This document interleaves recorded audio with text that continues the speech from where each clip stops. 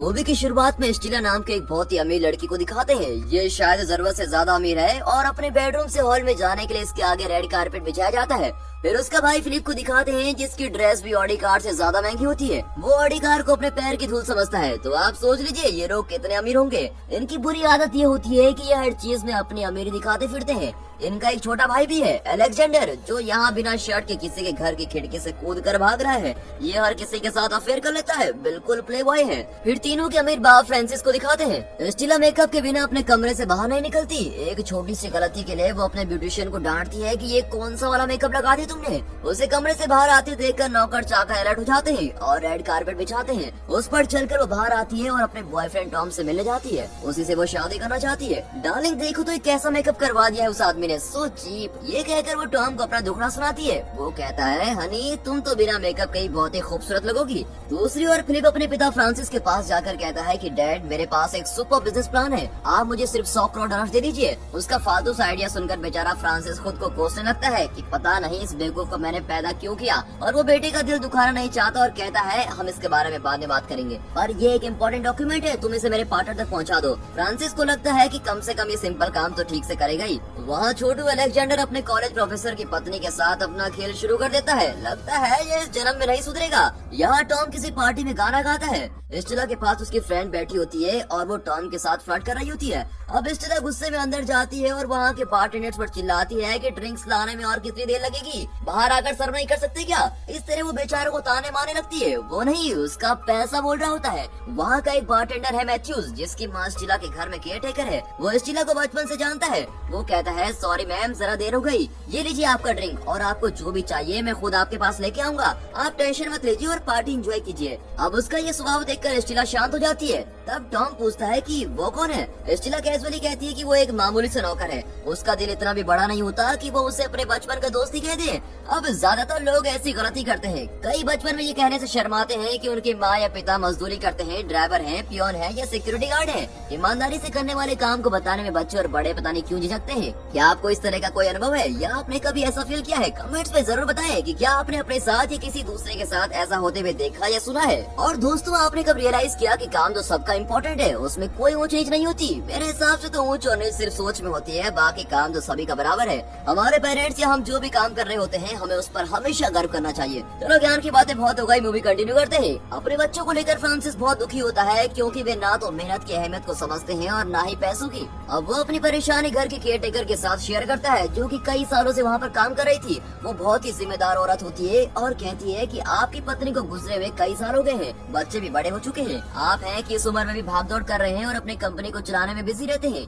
आप इन बच्चों को जिंदगी की सीख दीजिए, ये आपके आराम करने के दिन है। उस दिन स्टीला का 21st बर्थडे होता है और वो अपने दोस्तों को एक बहुत ही ग्रैंड पार्टी दे रही होती है। उसे खुद पता नहीं होता कि पार्टी में कितना खर्चा हुआ था। पार्टी में बहुत ही कॉस्टली शराब की बोतलें बारटेंडर के हाथ में पकड़ाई जाती है और टॉम शो ऑफ करता है कि मैं उस बोतल के ढक्कन को अपनी गोल्फ बॉल से खोल दूंगा। फिर वो अपनी गोल्फ स्टिक से बॉल को सीधे बोतल पर मारता है, ढक्कन के बजाय बोतल टूट जाती है। ऊपर से फ्रांसिस सब कुछ देख रहा होता है और बेचारा बहुत निराश होता है कि बेटी इस तरह बाप के पैसे को उड़ा रही है। इतना नहीं, वो इस तरह के खर्चीले बॉयफ्रेंड से शादी भी करना चाहती है। अब फ्रांसिस को वहाँ देखकर स्टीला टॉम को ऊपर लेके जाती है और कहती है कि मैं आपसे जरूरी बात करना चाहती हूँ। पहले तो टॉम हिचकिचाता है लेकिन फिर दोनों में बातें होने लगती है। टॉम कहता है कि मैं और स्टीला शादी करने वाले हैं। फ्रैंकोइस कहता है शादी करने वालों, बहुत अच्छे, पर हनीमून के लिए कहाँ जाओगे? टॉम चांद और सूरज के अलावा बाकी सारी जगहों का नाम लेता है और कहता है कि मैं स्टीला को दुनिया घुमाऊंगा। अब फ्रैंकोइस का सर घूमने लगता है और वो पूछता है सपने तो अच्छे देखे हैं बच्चों, पर दुनिया घुमाने के लिए पैसे हैं? मेरी दौलत तो तुम भूल ही जाओ, अपनी मेहनत की कमाई से तुम अपनी पत्नी को कहीं भी ले जाओ, मुझे कोई प्रॉब्लम नहीं है, पर तुम करते क्या हो, कितना कमा लेते हो? टॉम कहता है कि मैं फुल टाइम आपकी बेटी से प्यार करता हूँ। फ्रांसिस का खून खोलता है और वो अपनी गन को साफ करते करते उसे सवाल करने लगता है। अपनी जान बचाकर टॉम वहाँ से भाग जाता है, पर स्टीला अपनी बात पर अड़ी रहती है कि ये मेरी जिंदगी है, शादी तो मैं टॉम से ही करूंगी, मुझे आपके पैसे नहीं चाहिए और ना ही आपकी परमिशन, और जायदाद में मेरा जो हिस्सा है वो मुझे दे दीजिए, उसी से मैं और टॉम हनीमून पे जाएंगे और अपनी जिंदगी भी गुजार लेंगे। फिर वो गुस्से में बाहर चली जाती है और पार्टी में अनाउंस भी कर देती है कि वो टॉम से शादी करेगी। अब ये सुनकर फ्रांसिस पसीना पसीना हो जाता है। इतने में अलेक्जेंडर का कॉलेज प्रोफेसर आकर फ्रांसिस से कंप्लेंट करता है कि मैंने तुम्हारे कहने पर तुम्हारे बेटे को कॉलेज में एडमिशन दिलवाई थी, पर वो बदमाश मेरे पीठ पीछे मेरी वाइफ के साथ अफेयर कर रहा है। डांटते हुए वो अंदर जाता है तो देखता है उसकी प्यारी वाइफ भी वहीं होती है और उसकी 2 बेटियां भी वहीं अलेक्जेंडर के साथ होती है। अब प्रोफेसर का दिमाग फिट जाता है और वो अलेक्जेंडर की जान के पीछे पड़ जाता है। ये सब देखकर तो किसी भी बाप को हार्ट अटैक आ जाएगा। फ्रांसिस को भी आ जाता है। अब उसे हॉस्पिटल में एडमिट किया जाता है। तीनों बच्चे बाप को देखने आते हैं और वहाँ पे तीनों चुप नहीं रहते, एक दूसरे की गलतियाँ निकालते रहते हैं।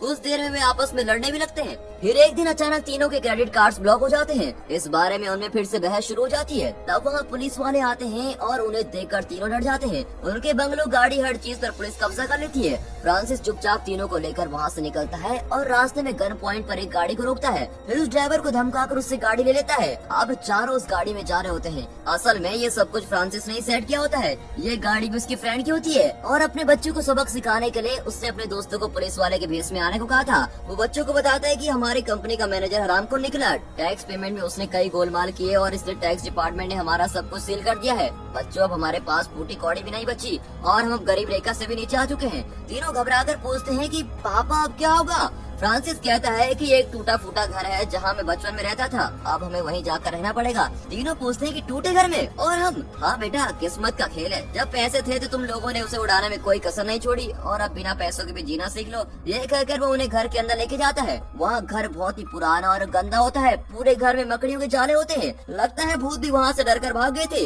और तीनों शॉक होकर खड़े रह जाते हैं कि हमारे अमीर पापा इस घर में रहते क्या। इससे बड़ा शौक तो डिनर में दिया जाता है। फ्रैंको इस ब्रेड के 4 टुकड़े तेल में तलकर उन्हें देता है और खुद भी खाता है। तीनों खाना नहीं चाहते पर भूख के मारे वो खा ही लेते हैं और रात को तो मच्छर उनका बुरा हाल कर देते हैं, पर पेट जरा खाली होने की वजह से वो सो जाते हैं। सुबह सुबह फ्रांसिस उन्हें घंटी बजाकर जगाता है और कहता है, बच्चों देर हो गई है, जल्दी उठो। अगर आज हमें 2 वक्त खाना है तो पहले काम करना पड़ेगा। इस उम्र में मैं भाग दौड़ नहीं कर सकता, इसीलिए तुम तीनों को ही काम करके पैसे कमाने पड़ेंगे। बाहर जाकर कोई काम ढूंढो और पैसे कमा कर लाओ। तुम्हारे काबिलियत के हिसाब से जो भी काम मिले वो कर डालो। अगर बात ना बनी तो मजदूरी करो, कमाई के बिना घर मत आना। ऐसा कहकर वो उन्हें बाहर भेज देता है। अब स्टीला काम ढूंढने ऐसे जाती है मानो शॉपिंग करने जा रही हो।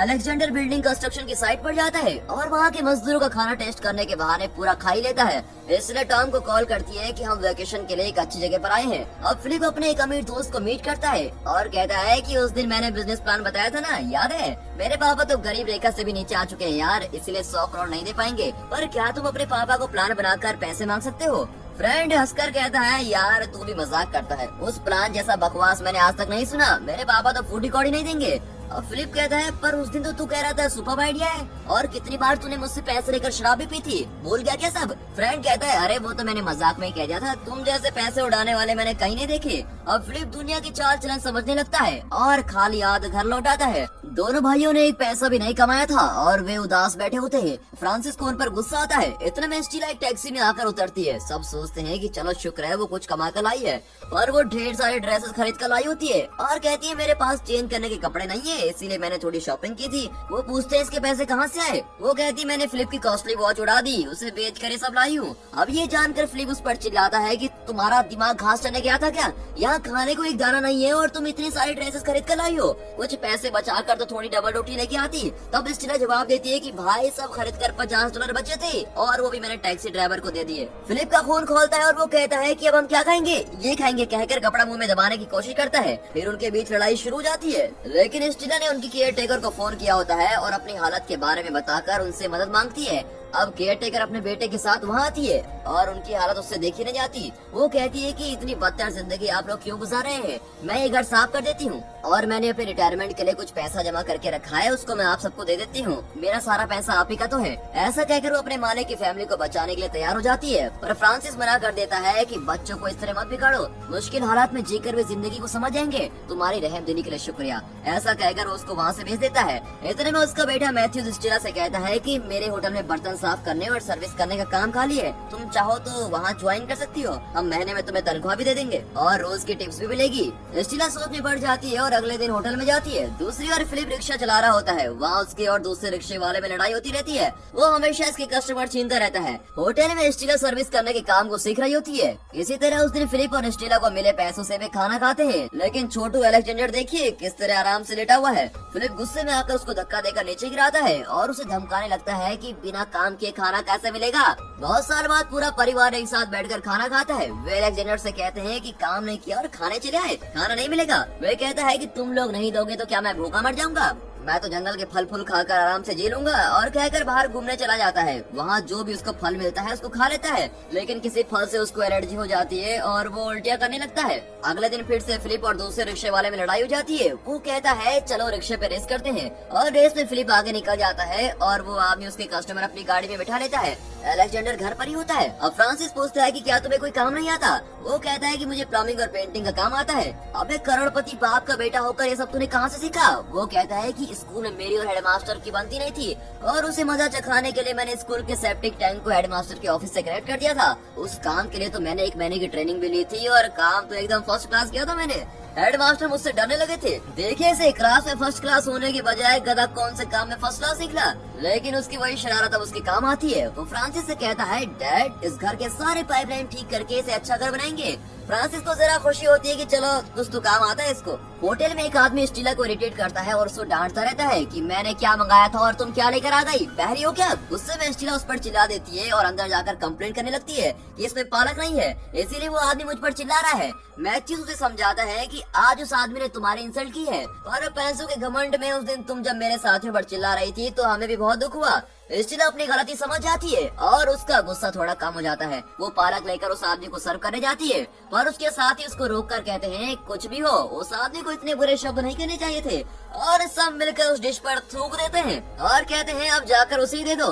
स्टीला चौंक जाती है। मतलब ये कि शेफ और सर्विस से कभी पंगा नहीं लेना चाहिए, समझे आप? और अगर उन्हें भला बुरा कहा तो वे किचन में आपके खाने में कुछ भी मिला सकते हैं, ऐसे उनके साथ हमेशा रिस्पेक्ट के साथ पेश आना जरूरी है। तो स्टीला डिश ले जाकर उस आदमी को दे देती है। वो उस डिश को वेरी टेस्टी कहकर चाट रहा होता है। स्टीला बहुत मेहनत से काम करती है। उसने अभी अभी ढेर सारे प्लेट साफ किए होते हैं कि मैथ्यूज दूसरा ढेर लेकर आता है। अबे मुझे डिश वॉशर समझाए क्या? ये कहकर वो मजाक में मैथ्यूज पर पानी डालती है और उन दोनों में एक अच्छी रिलेशनशिप भी बिल्ड होने लगती है। उस रात घर में सब मिलकर आराम से खाना खाते हैं। अगले दिन फिलिप और उस आदमी की अनबन कंटिन्यू होती है। फिलिप ने अपना कॉस्टली और ब्रांडेड शू पहना होता है। वो आदमी फिलिप की रिस्पेक्ट न करे पर उसके शू की बहुत रिस्पेक्ट करता है। वो बताता है कि पुराने और ब्रांडेड शू उसे बहुत ही पसंद है और उसके पास उस शू की कलेक्शन भी है। फिलिप को भी ब्रांडेड शू में इंटरेस्ट होता है। इस तरह दोनों का इंटरेस्ट मैच होने की वजह से उन दोनों के बीच में थोड़ी अच्छी दोस्ती हो जाती है।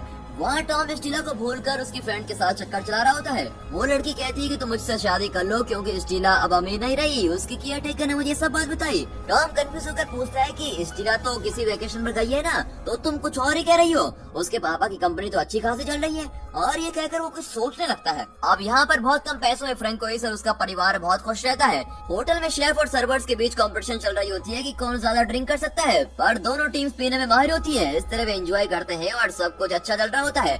एक दिन फ्रांसिस का मैनेजर उसको फोन करके बताता है कि टॉम कंपनी के बारे में पूछताछ कर रहा है। अगर उसे हमारे ड्रामे के बारे में पता चल गया तो वो तुम्हारी बेटी को जरूर बताएगा। इससे पहले कि वो कुछ बताए अपने बच्चों को सच सच बता दो।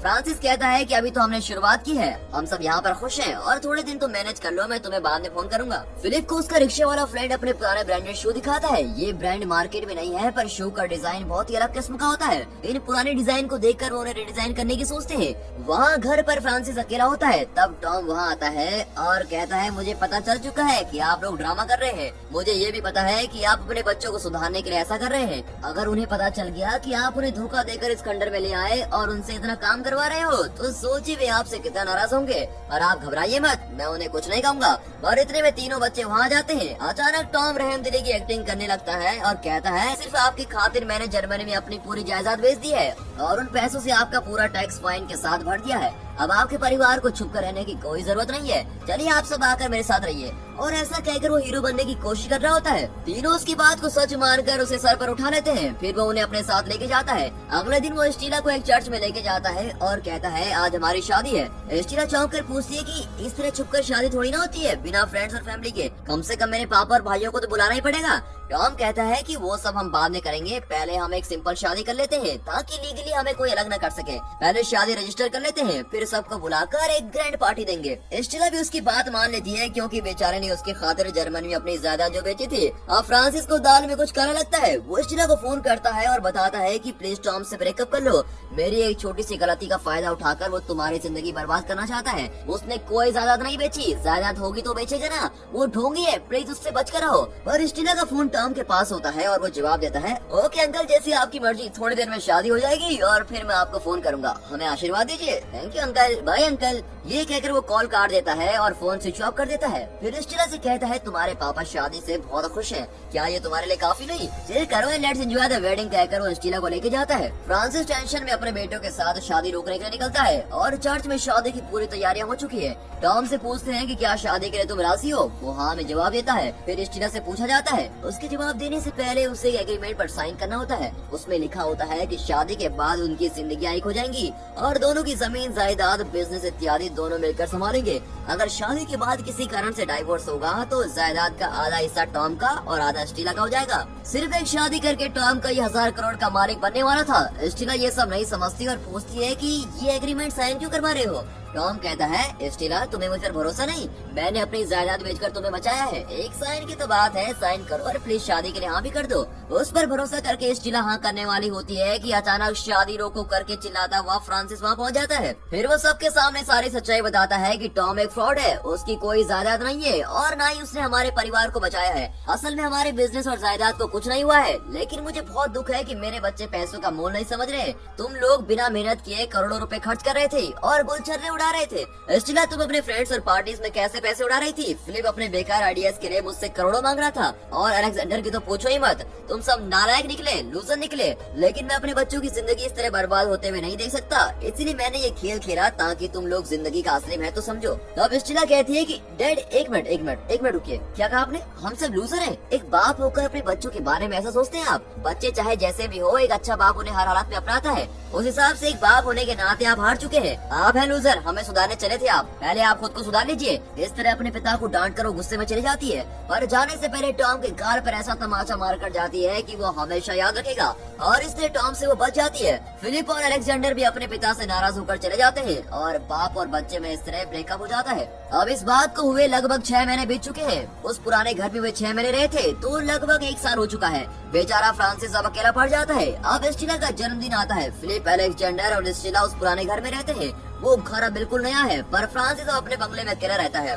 स्टीला उसी होटल में काम करती है और उसने कुछ पैसे जमा कर लिए होते हैं। उसने खुद के रेस्टोरेंट खोलने के लिए लोन भी अप्लाई किया होता है। फिलिप पुरानी ब्रांड की शूज को रिडिजाइन करके एक नई डिजाइन रिलीज करता है और वो मार्केट में हिट भी हो जाती है। पहले 100 ऑर्डर्स मिले थे, फिर 1000 शू का ऑर्डर मिलने लगता है। उसकी कंपनी अब अच्छी चल रही होती है। इतना ही नहीं, कई कंपनी उसे फंड करने के लिए भी तैयार हो जाती है और इस तरह दोनों सफलता की ओर जा रहे होते हैं। अलेक्जेंडर भी बड़ी बड़ी बिल्डिंग से कॉन्ट्रैक्ट लेता है और उनमें खुद भी काम करता है और दूसरों को भी काम देता है। तीनों आप सुधर कर अच्छी जिंदगी गुजार रहे होते हैं, लेकिन उसी पुराने घर में रहते हैं। उस घर को उन्होंने खुद ही ठीक किया होता है। अब वो पुराना घर साफ और खूबसूरत रखता है। मैथ्यूज भी उनके साथ ही रहता है और उनकी सारी जरूरतों का ख्याल रखता है। फिलिप का फ्रेंड और पार्टनर भी वही रहता है। अब वे समझ जाते हैं कि सच्चा दोस्त वही है जो अच्छे और बुरे वक्त दोनों में साथ निभाए। वहाँ फ्रांसिस का मैनेजर उसका मूड ठीक करने के लिए बाहर ले जाता है, लेकिन आखिर में वो उसे पुराने घर में लेके जाता है और कहता है कि जैसे भी हो वो तुम्हारे बच्चे हैं, उनसे बात करने में क्या प्रॉब्लम है, जाओ उनसे मिलो और सब कुछ ठीक हो जाएगा। फ्रांसिस उसकी बात मानकर दरवाजे पर जाकर कॉलिंग बेल बजाता है।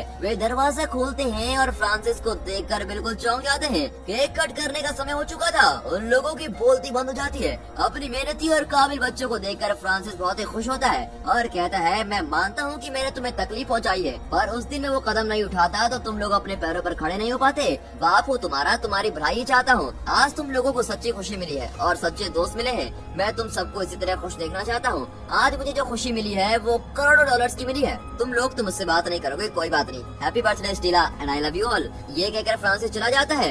ये लोग वहीं के वहीं खड़े रह जाते हैं और लगता है कि अभी गुस्से में है। नहीं यार, बच्चे समझदार हो चुके हैं। वे डैडी डैडी कहते हुए फ्रांसिस के पीछे भागते हैं और कहते हैं, डैडी अंदर चलिए ना, सब मिलकर केक खाएंगे। बस इतनी सी बात ही तो है। कुछ महीने अलग रहकर वे एक दूसरे की फीलिंग्स को अच्छी तरह समझ गए थे और इस तरह वे एक अच्छी फैमिली बनकर बर्थडे सेलिब्रेट करते हैं। पार्टी में उन्होंने अपने केयर टेकर को भी बुलाया होता है, जो मुश्किल समय में उनकी हर तरह से मदद करने के लिए बिल्कुल तैयार थी। फिर फ्रांसिस को दिखाते हैं कि जो आराम से सोफे पर बैठे हुए अपने बच्चों को निहार रहा होता है। उसे अपने बच्चों की सच्ची खुशी को देखकर बहुत ही गर्व होता है। बच्चे भी वर्ल्ड्स बेस्ट डैडी कहकर चिल्लाते हैं और अपने पिता को बुलाते हैं और फिर सब मिलकर चीयर करते हुए ये मूवी यहाँ पर खत्म होती है।